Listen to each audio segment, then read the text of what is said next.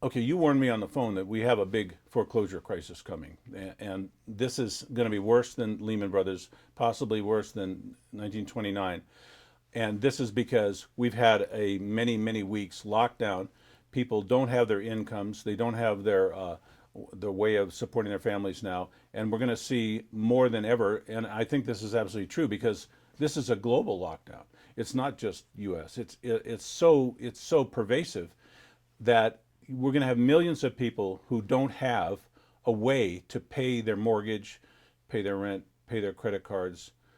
So that's kind of what you're aiming at here, right? Is how to help these people that are going to come through like a tidal wave, Yeah. losing their homes. It's a little bit more than that. So it's not just that they won't be able to afford the regular monthly payment, but they've been given a 3-month moratorium on making payments. They at some point they're going to have to catch those payments up. They're not being added onto the back of the mortgage, which would be better for them. Instead, they're going to have so much time to catch up on those. And they have no way to do that. Well, and plus that's if their job is even available, after all this is over. So we're looking at maybe some pretty bad foreclosures coming up in the next 6 to 18 months. So people who are under foreclosure or in those kind of pressures usually walk in, even if they manage to get into court, they just get manhandled. It's going to be worse than that. But you have you have Yeah. an answer to that. Yeah, but let's look at that for a second because the courts have also been closed. So what was already a fast-tracked process is going to be even more, speedily taken care of. That we're expecting some pretty bad violations when they kick back up. So. Right. And we do have an answer to that, and I'm going to have Richard tell you about that. Right. So it sounds like, well, you're coming up with an answer for this crisis of the moment, but actually you guys, both of you have been doing this for years. I mean, you have been helping people with these legal things for many years. So you're like, oh, we're in the perfect position to deal with this looming foreclosure crisis. Yes, I got involved in this back in, I think, was 2010. And I met Jacquie right around maybe a couple years after that, and she was giving classes and helping people working with foreclosures. And what I did was I cut my teeth by going in and out of the courts like that, and I found out that the courts were run under a statutory scheme. Okay, and we decided to join force with each other because we found that people going to the courtroom, they didn't have the wherewithal or the knowledge to be able to confront the courts or to be able to present their case in court. And so what they would do is they would hire an attorney, that basically the same thing. They didn't really understand the statutory schemes either, and they would end up getting kicked out of their houses. Yeah. So when you say statutory scheme, that's kind of like the little secret process the court adheres to the letter, but they don't tell you what that is. And you come in, like you said, maybe with common law or with constitutional law or with this other idea, and they go, that's not what we do here.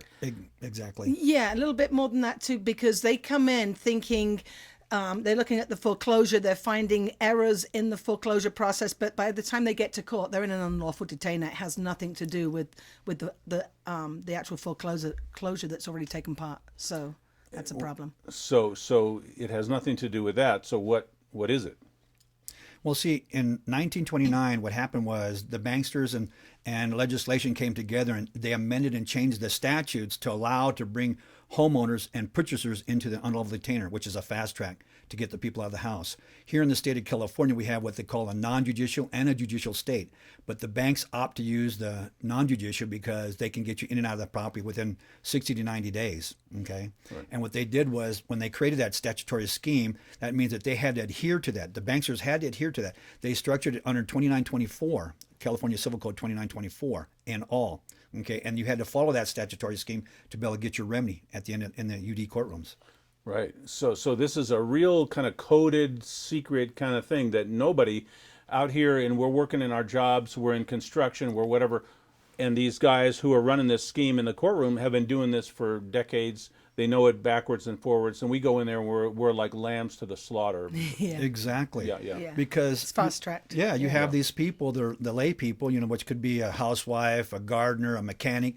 They have absolutely no knowledge of the law, and Right. they have no knowledge of what's being taking place inside the courtroom. Right. Okay, Right. you're going up against a judge who has like 30 to 40 years of law, and he's heard every case that you can think of for all those times that he's in the courtroom Monday through Friday. And then you're up against an attorney who has like 20, 30 years of law, Right. and you're dealing against him. And it's not an equal playing field. You're coming in there and you're caught like a deer in the headlights. You don't know what to do. And they have their little game, and the lawyer, the government's lawyer knows the game, the judge knows the game, everybody knows the game except you, and you don't even know what to argue or what it is. But you were talking about the importance of objection. And if you go in there and you think that they're going to give you justice and they're going to help you and they're going to protect you, that's wrong. You have to actually intervene in their scheme with this objection. Explain the objection So idea. in David versus Goliath, one of the things we focus on is educating the pro se litigant to know when to object, and not just object, but when to pull the judge or the opposing attorney into order. We're going to give them the tools that they need in order to be able to control the courtroom and do well in the courtroom. So that's the idea of it. Yeah. Right. So you have to be actually prepared mentally to come in there and actually, to some extent, control the Be trained. procedure. Yeah, we're doing training. Yeah, it's we're training gladiators. Exactly. Right. Yeah. Right. Okay. So what else do we need to know about, as far as what you actually are going to help people do or learn? How does this work? Is there you said there was a phone call every so often, or how does it work? Every Monday we have a phone call where we go over the different issues in there. See, because the non-judicial foreclosure is called a creature of statute, and it's pro value versus quality loan. Every case law that you look at right now, and especially there's a Supreme Court case ruling called Dr. Levo versus Westlake, and in that case law, it's a Supreme Court case, tell you it's a statutory scheme, and it has to be strictly adhered to. Right. And this gentleman in that case didn't adhere to the statute, so he didn't get his remedy. Right. But he had to start at the bottom at the Superior Court. He started there, and then what happened is he lost there. Then he went to the appellate division and he lost there. And then he went to the Court of Appeals and he lost there. It wasn't until he went to the Supreme Court where he got his remedy. So everything was reversed back to square one. Okay. So that means that everything starts from the deed of trust. Okay, and this is what we do is we take the people there and we start from the foundational document that is used by the banksters or the attorneys or the title companies to take the control of your property. It's the deed of trust. And we go from the deed of trust all the way to the trustee deed upon sale if the property has been sold. If it's been sold, yeah. Yeah. If it hasn't been sold, then we go all the way to the trustee deed upon the notice of trustee sale. Okay. And we look for all the defects. We show the people how to look at their chain of title, find the defects in it, and then apply that before they go to court, and then also when they get into court, how to apply that. So those defects you're talking about, you can actually stop the whole thing. We want you to be prepared when you go to court. So we will give you all the tools that you need to be prepared, that when you walk in there, you can effectively stop what's going on, whether it's the foreclosure, the unlawful detainer, or to consolidate, or if you're post-foreclosure, you can even go back and reopen up the case. But when you say stop, that means I get to keep my house. That's the focus of Richard and I. We not just delaying matters. We want you to be able to keep your home.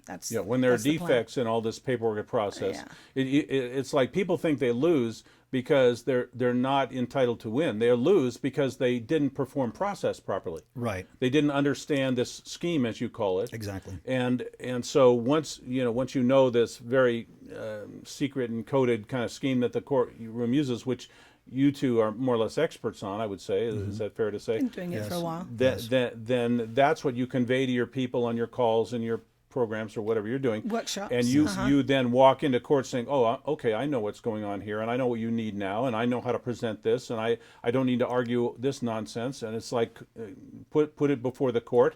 Hold them to the scheme. This is your scheme. You have to comply. You have to comply. Right. Yeah. You hold them to 2924, and you hold them to all. There's also the unlawful detainer scheme that also applies, and you have to hold them to that. So that's the plan. See, what we run into right now is there's a lot of people out there working with people and putting their paperwork together and looking for the defects and stuff like that.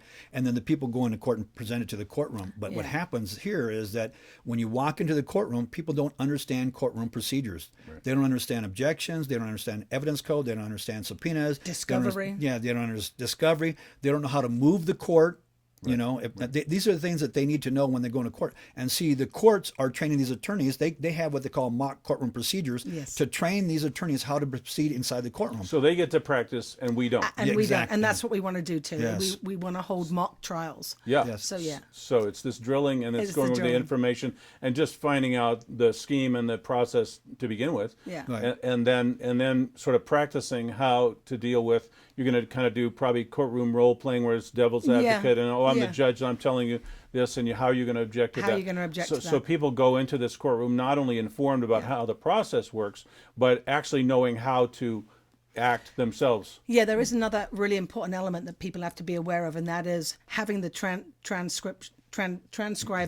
in the courtroom. If they're court not in the transcriber. if they're not in the courtroom, you'll have no right to appeal. So Right. that's another thing. Yep. So we go over the transcripts as well. Go through it, say what could have been done better, find errors that the judge made, find problems that the other attorney has done, and then bring that all together as well. So ready for appeal. See, the which court- generally yeah. it runs to an appeal. Just like she said right now, this is really important. You Really need important. a court reporter in every hearing.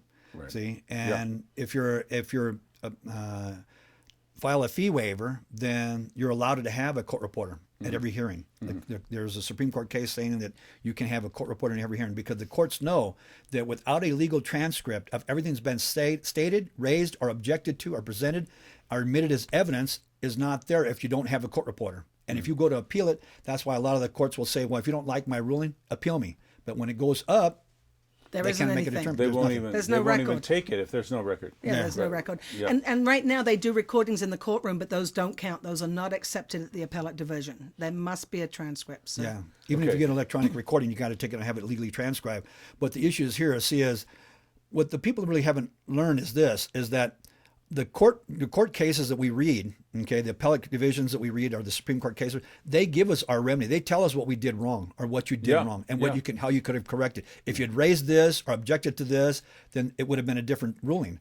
And so what we do is we're bringing up the court transcripts of people when they've been in the courtroom, and we review them and tell them, okay, these are options. Look at the options that you could have raised or done if you didn't do this and you failed to do this. Here's okay? how to not make the mistakes other people have made. Exactly. And then show the prevailing cases as to what happened there and why they won or why they lost. Yeah, and- then compare the two. So Right. And going back to this court reporter thing, what about if the court is paying the court reporter, there may be some fudging in that, and the judges and the court reporters tend to collude and actually Yeah. edit and modify the yeah, I've seen that in my own yeah. case. So Yeah. so how important is it that we pay for our own court reporter? You should pay and hire your own court reporter, and it can be expensive, but like Richard says, if you have a fee waiver, then it's free. So Yes. Okay. Yeah. So and you explain to people how to do that in your courses. yeah, and then in terms of gladiator training, which I'm kind of really excited about, that's really getting people together, being witnesses for each other,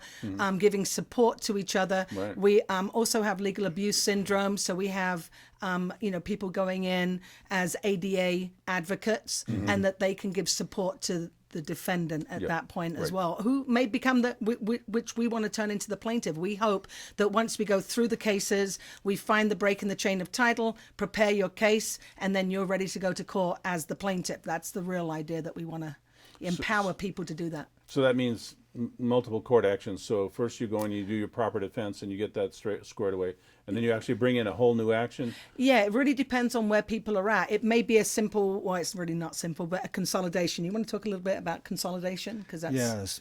Usually what it is in an unlawful detainer, what happens is people file their complaint, people look at the complaint, and what they do is they file a response. A lot of people, without understanding the laws or the statutes concerning being able to file your response, it tells you right there, you file a written response. It doesn't say file an answer. Right on the front, the summons, it tells you in a UD court, it's a 5 days.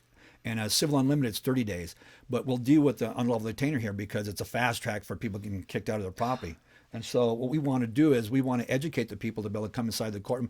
And when they file the response, if you stick to the statutes and you make sure that you bring all the case law and the statutes to support your case, and you file your affirmative defenses pertaining to the statutory laws, then if you want to consolidate it and you go up here to consolidate it, if you're talking about a totally different issue, the court's not going to consolidate because you're talking about two different issues. One is apple and oranges. But if you're talking about the same issues here and the same issues in your civil one, then it's more readily, they're likely to be able to go ahead and consolidate the case for you. So how to keep all of your arguments and actions consistent and conforming to this scheme and going to venue. that will help you move with it the out of the fast tracked one into the civil Right. So unlimited, which is much better. So again, you are providing a means now for people to learn this, to practice this, to have other people support them in this, and to So if you're someone watching this video right now who knows that yourself or someone else will be having a hard time paying their mortgage payments. Yeah, if you have less than 10% equity in your property, that may be another way of looking at it. If you've been, delayed not paying the last 3 months and you're not sure how you're going to catch up, this is a great way of preparing. It's reasonably priced. So yeah, it's worth coming and taking a workshop, learning how to knock out some of those instruments, and then they will have an impossibility to foreclose on you. I mean, that's the idea. But definitely, if you're actually getting a foreclosure notice, or you're seeing I'm finding behind on my payments, then you really want to tool up so you have a way to take control and take back the control of the situation for yourself. Yeah, like earlier when you were talking and you mentioned in your own case, an attorney may cost you $50,000. Right. We're talking about a workshop. If you're a member, it's $300. If you're not a member, it's $500. That's a very small amount of money for you to kind of secure your title. Now, pricing, we don't know in the future what may happen, but that's roughly but right the ballpark now, you're in now. Yeah. And you're going to save your home. We want to help people. Yeah, I exactly. mean, the main thing is we want to help people, but we want serious people that actually want to, you're going to have to learn how to do the work. Right. It's not easy. Right. It doesn't fall in your lap. It doesn't fall in your lap. Yeah. And there's going to be people that, like we talk about here, there's going to be people that will have the ability to go to court, and there's going to be the people that are going to be afraid, deathly afraid of going to court, and won't have the ability to be able to present this stuff in the courtroom. So basically, we have attorneys and we have paralegals that are on the side that's going to be working. We have an advocate that's working with us right now too on the same thing to be able to help the people, to guide them. Yeah, you can get coached into it, or you can build up your confidence different ways. I know the practice, the drilling, the role playing, that can really build confidence. I've been through it. Sorry, but I had a woman that I worked with for like about 3 weeks, and she was deathly afraid of going in court. And after walking her through it, and we did the role play back and forth every single day, and on the phone when she'd call me, and then she'd call me right before she went into court, and come back out half an hour later, jumping for joy, says, I won. Wow. And basically, she said, I asked her what happened. She says, well, the judge dismissed the case. And he said, why? He said, well, the attorney jumped up and said, well, you didn't even hear my side of the story. And he says, no. He says, you don't have any evidence before the courtroom. He says, come back when you have evidence. See, and that's what the thing we have to understand is that, see, everything that's presented before the court, when it's a summons and complaint, that's what they use as evidence against you. It's an evidence. Okay? Yeah.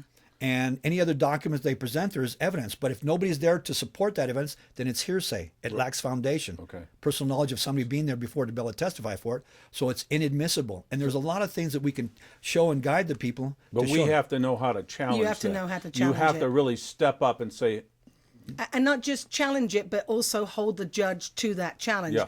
Quite often, there's some courts where the judge obviously thinks he's the king and he just makes decisions. But again, if you've got the court reporter in there, if you've raised the correct objections, then basically once it's been looked at through a writ, then you'll win. So we do for win a peop- lot of writs. Good. Yeah, exactly. So for people to get with you and get on the program, or ask you more questions, or find out, they go to David versus Goliath. Okay. .org, and there are hyphens in between that, so it's David-VS-Goliath.org. Very good. And the email is info@davidversusgoliath.org. Same thing. Same thing. Yeah. With the hyphen. With the hyphens. Right. Yes. Right. So we'll put that on the screen, and Yeah. The people can get a hold of you, and we'll try to protect some people, at least in this major train wreck meltdown that's Help coming. people to protect themselves, Yeah. empowering them. That's what it's about, education and empowerment. And it's not only in California, though. See, we work across the states, too. See, because every state has their own statutes and codes that they utilize, especially like in Kentucky. They have their own schemes. And exactly. They have their own schemes. Like in Kentucky, see, they use the federal rules. Federal rules, obviously, like in California, for a real party of interest, it's 367. Okay, in federal court, it's Rule 17. So, and if we do like admissible evidence, it's like here, it's like 1401A and B, the evidence code. Right. And over there, it's like 901, 1002, and 1003. just So have you to can help. translate. You can help anybody anywhere Yes. get in the right Yes. Yeah. framework. Okay, well, very good. I think The right scheme. the right scheme. that courtroom It's not scheme. called a scheme for nothing. Yes, exactly. They use that term, scheme? Yes, it's a scheme, a statutory exactly, scheme. exactly what they say. Yes. Yeah, there you go. Okay, well, I think you're going to help a lot of people. Thanks a lot for sharing this. And Thank you, Jerry. Thank I you, too. invite people to go check in at the website and send an email, get more information. Yep. Yes, thank you sounds very much, good. Jerry. Okay. Thank you. All right, Good luck. thank you. Good luck.